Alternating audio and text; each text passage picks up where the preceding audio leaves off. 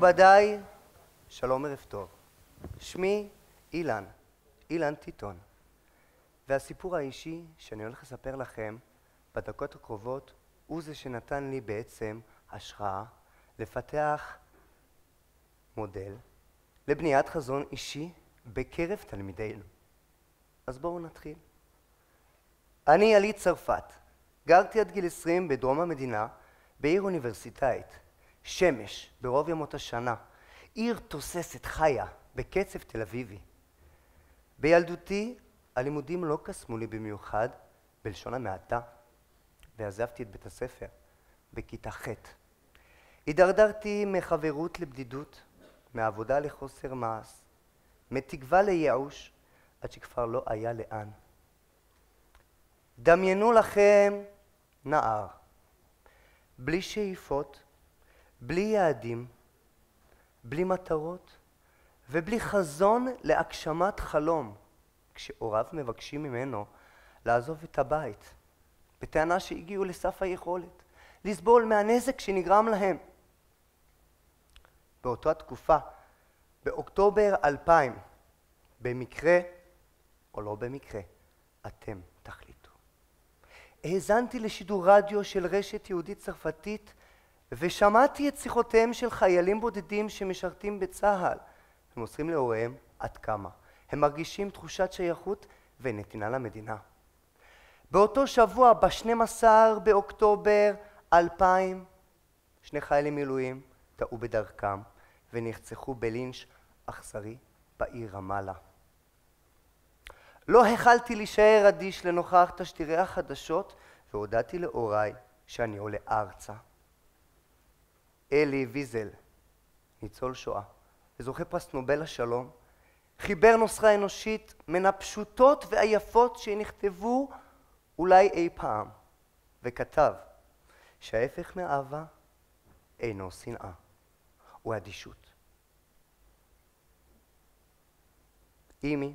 אמא שלי ביכה אותי על כך שאחזור גבר, ואבי, לאחר שביקשתי ממנו טיפ אחד דרכו אצליח להגשים את משאלת אמי, אמר לי, בני, מה שחסר לך זה משמעת.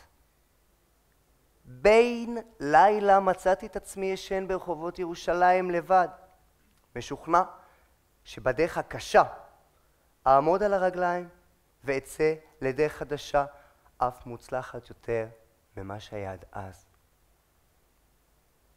המסגרת הצבאית הייתה הראשונה בחיי שהוכירה ביכולתיי חיזוק ראשון, חיזוק שני, ותוך 4 חודשי טירונות אני החייל המצטיין של הפלוגה. את התעודה הראשונה שלי בחיי קיבלתי אז, בגיל 21. לקראת סוף השירות אני מתחומם חברתית והשכלתית, לומד קרוא וכתוב ומסיים בהצלחה תעודת גמר תיכון. משתחרר וממשיך להשלים בגרויות במכינת הר הצופים בירושלים. 2 של עבודה קשה. אני מסיים, הרגשה נהדרת. ופתאום צץ לי רעיון, רגע, אני חייב לעשות מחיי חיים משמעותיים. למצוא דרך, להודות לאותם אנשי סגל שאפשרו להגיע עד הלום. צד שני, חיברתי את הווי חיי לפעילות הגופנית ולספורט. ונוצר קשר הדוק, והבנתי מאותו רגע שאני הופך להיות איש חינוך. טיטון אומר, טיטון יודע. התחלתי ללמוד הוראת חינוך גופני, את התואר הראשון במכללת וינגייט. וכבר בשנה האחרונה לשירות, ללימודים, אני חוזר לשירות משמעותי בקבע, כקצין אימון גופני במכללה לפיקוד טקטי, בקורס מפקדי פלוגות. ולאחר שנה בתפקיד, אני ממשיך בהוראת חינוך גופני בבית הספר יסודים בערבה ובעיר דימונה. ואני מופתע לגלות שמדובר באותם תלמידים, אותם תלמידים בדיוק. וברגע זה אני נזכר בסגן בחיל החימוש, דרך הגולנצ'יק ועד לסרן בשייטת. אני מבין שבבית הספר עליי לזהות את היכולות של כל תלמיד ותלמיד ולהעצים אותם על ידי חיזוקים משמעותיים, מועטים, מהותיים וספציפיים לכל תלמיד ותלמיד. מה שלי היה כל כך חסר בילדותי. כולנו מבינים שילד רוצה להרגיש מוערך, חשוב בקרב סובביו. במילים פשוטות, הוא רוצה להרגיש מקובל. מקובל לא רק בבית הספר, אלא בכל מקום אשר אלך.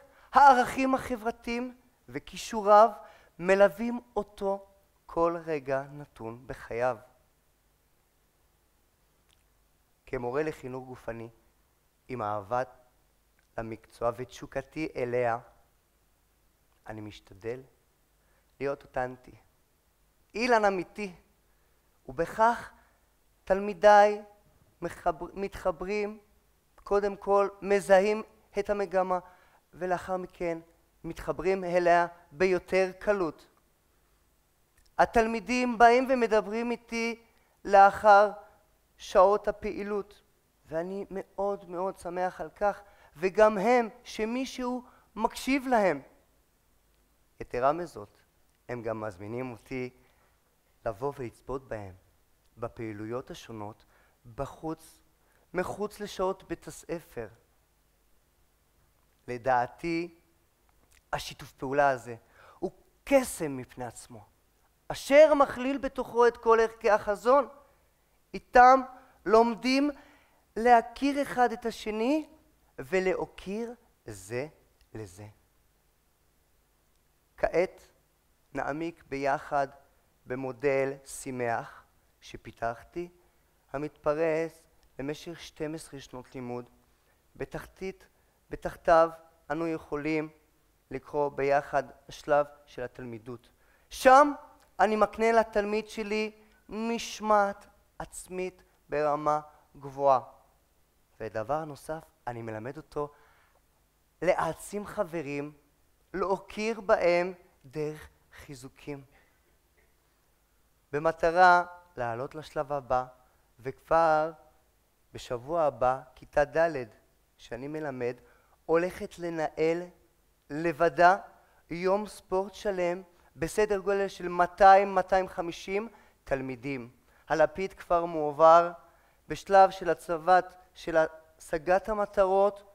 אנחנו רוצים שתלמיד בגיל הזה כבר יבין את מיקומו בחברה, את תרומתו, ואיך הוא יכול לפעול ולהמשיך מתוך כותלי בית הספר ולצאת מהם עם חזון אישי להמשך. כי להיות חלק מההצלחה של בן אדם זה להצליח יחד איתו. כמורים אנו חייבים להתייחס לכל תלמיד כאילו הוא הילד שלנו, להבין ולדעת שכל פרח צומח בקצב שלו. טיפין טיפין, דקה אחר דקה של הקשבה מצטברת במשך 12 שנות לימוד, עוד יוכיחו שבבית ספרנו הכל תלוי בנו. לסיום, דבר אחד פשוט אבקש מכם. שממחר בבוקר תסתכלו לילדים בעיניים ותחפשו את החיוך שבעיניים.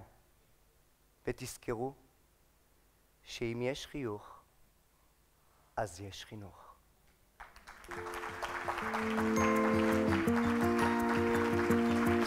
תודה רבה.